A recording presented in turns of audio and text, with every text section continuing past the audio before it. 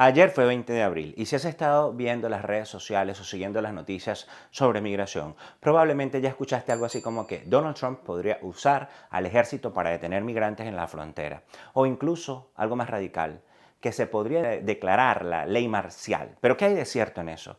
¿Es verdad que el presidente tiene ese poder? ¿Y qué es eso de la ley de insurrección de 1807?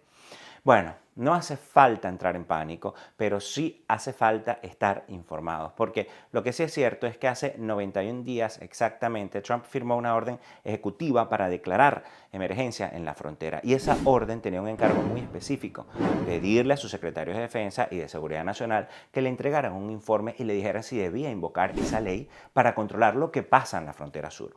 Ese plazo se cumplió el día de ayer, pero aún seguimos en espera de una actualización sobre esto. Así que en este video te voy a contar lo que realmente dice esa ley, qué implica invocarla, cómo se ha usado en el pasado y qué podría pasar en un futuro no tan lejano. Vamos por partes, porque primero, ¿qué fue lo que firmó Trump? El 20 de enero, Trump firmó una orden ejecutiva declarando una emergencia nacional en la frontera sur. Hasta allí, pues, nada tan nuevo, ¿no? Pero lo importante es lo que tenía esa orden. Le pidió al secretario de Defensa, Pete Hegseth, y a la secretaria de Seguridad Nacional, Kristi Noem, que le entregaran en 90 días un informe sobre lo que estaba pasando allí. Y más allá del diagnóstico, tenían que decirles si recomendaban que Trump invocara la ley de insurrección de 1807. Y uno se pregunta, ¿para qué querría hacer eso? Bueno, según el texto de la orden, para lograr, dice él, un control operativo de la frontera. Traducido, pues tener la autoridad para usar el ejército en funciones que normalmente solo pueden hacer la policía o agentes de inmigración. Y eso es lo que ha encendido las alarmas, porque es que usar el ejército para arrestar migrantes dentro de Estados Unidos no es algo que se haya hecho antes, no en ese contexto al menos. Pero vamos a entender primero qué dice esa ley y después vemos cómo se ha usado en la historia. La ley de insurrección de 1807 es una ley federal que le permite al presidente enviar tropas dentro del país si se presentan ciertas condiciones. No es que pueda usarlas hacia la ligera cuando quiera o para lo que quiera. Tiene que haber una insurrección, una rebelión, una obstrucción grave a la ley federal o una situación en la que un Estado no quiera o no pueda proteger los derechos de su propia población. Es decir, no es para aplicarla a cualquier protesta o disturbio. Por ejemplo, si hay un Estado que se niega a cumplir con una orden judicial federal y hay riesgo de violencia o colapso institucional, allí el presidente puede intervenir con tropas. Y eso no es solo teoría. En 1957, el presidente Eisenhower, que era un republicano, usó esta ley para enviar tropas a Arkansas. ¿Pero por qué? Porque el gobernador de ese estado, que era demócrata, se negaba a permitir que estudiantes afroamericanos entraran a una escuela pública. Ahí estaba desafiando una orden de la Corte Suprema. Entonces Eisenhower invocó la ley de insurrección y mandó tropas para garantizar el derecho a la educación. Ese fue un momento clave en la historia de los derechos civiles. Otro caso, en 1992, después del caso Rodney King, cuando se desataron los disturbios en Los Ángeles, el presidente Bush padre usó esta ley para enviar tropas federales y ayudar a restaurar el orden. En ese caso, no fue una pelea entre estados y federales, sino fue una situación de violencia desbordada. De hecho, el asesor de Donald Trump, Stephen Miller, ha promovido una estrategia abiertamente confrontativa en la que gobernadores republicanos usarían la Guardia Nacional para intervenir en estados liderados por demócratas y que no cooperen con las políticas migratorias de Donald Trump. Miller ha planteado que estos gobernadores podrían enviar tropas estatales para enviar a otros estados que rechacen colaborar con redadas y deportaciones masivas, abriendo la puerta a un conflicto institucional sin precedentes entre estados. Por ahora esta propuesta no se ha implementado, pero forma parte de los planes migratorios que el entorno de Trump evaluó. El solo hecho de que se contemple el uso interestatal de la Guardia Nacional en este contexto refuerza la idea de que el tema migratorio se ha convertido en un eje de enfrentamiento político directo entre gobiernos estatales de distintos signos partidistas.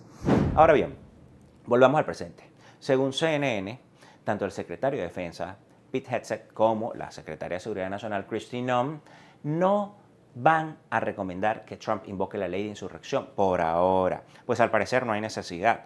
El Departamento de Seguridad Nacional aseguró que los cruces en la frontera han bajado a menos de 300 personas por día. Para que tengan un poco de contexto, durante el gobierno de Joe Biden, en el año 2024, el promedio diario al día de cruces a las fronteras en la frontera sur fue de aproximadamente 5.700 personas. Esto según datos del Migration Policy Institute. Entonces, aún así, a la hora de grabación de este video, pues el informe no había sido entregado públicamente. Pero hay que aclarar que Trump no necesita seguir las recomendaciones, pues al ser el presidente tiene la última palabra. Él puede decidir usar la ley si cree que se justifica.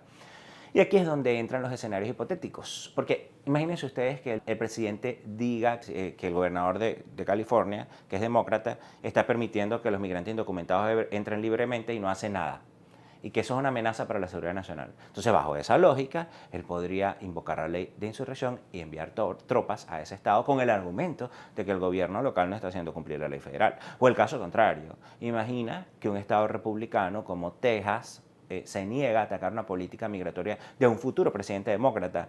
También podría usarse la misma ley, como explican expertos como Chris Delson y también otros que fueron citados por PolitiFact y CNN.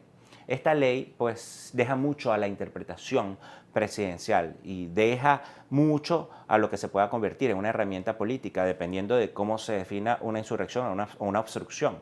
Entonces, ojo, esto tampoco es lo mismo que declarar la ley marcial, porque la ley marcial implica suspender derechos constitucionales, cerrar tribunales, que los tribunales tomen el control de funciones civiles como la justicia o los gobiernos locales, y eso en la historia de Estados Unidos solo ha pasado en casos extremos, durante la guerra civil o después del ataque a Pearl Harbor en Hawái.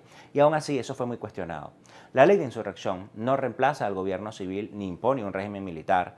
La Constitución sigue vigente, los jueces siguen trabajando, los gobernadores siguen en sus cargos, es decir, las garantías siguen, ¿no?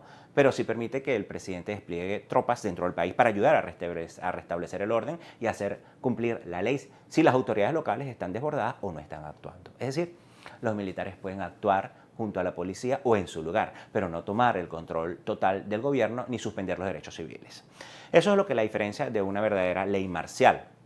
Y aunque eso no le hace marcial, pues para muchos sí se siente así. Otro detalle es que el gobierno ya tiene tropas desplegadas en la frontera. Han mandado a miles de soldados en los últimos meses, pero hasta ahora están haciendo solo apoyo logístico, es decir, construyendo barreras, instalando infraestructura, vigilando, no están haciendo arrestos, no están interactuando directamente con migrantes. Según reportó el medio CNN, el ejército de Estados Unidos seleccionó una base en Fort Bliss, El Paso, Texas, como uno de los sitios para detener y albergar potencialmente a miles de migrantes. Ya se han firmado contratos para comenzar la construcción de instalaciones en esa base.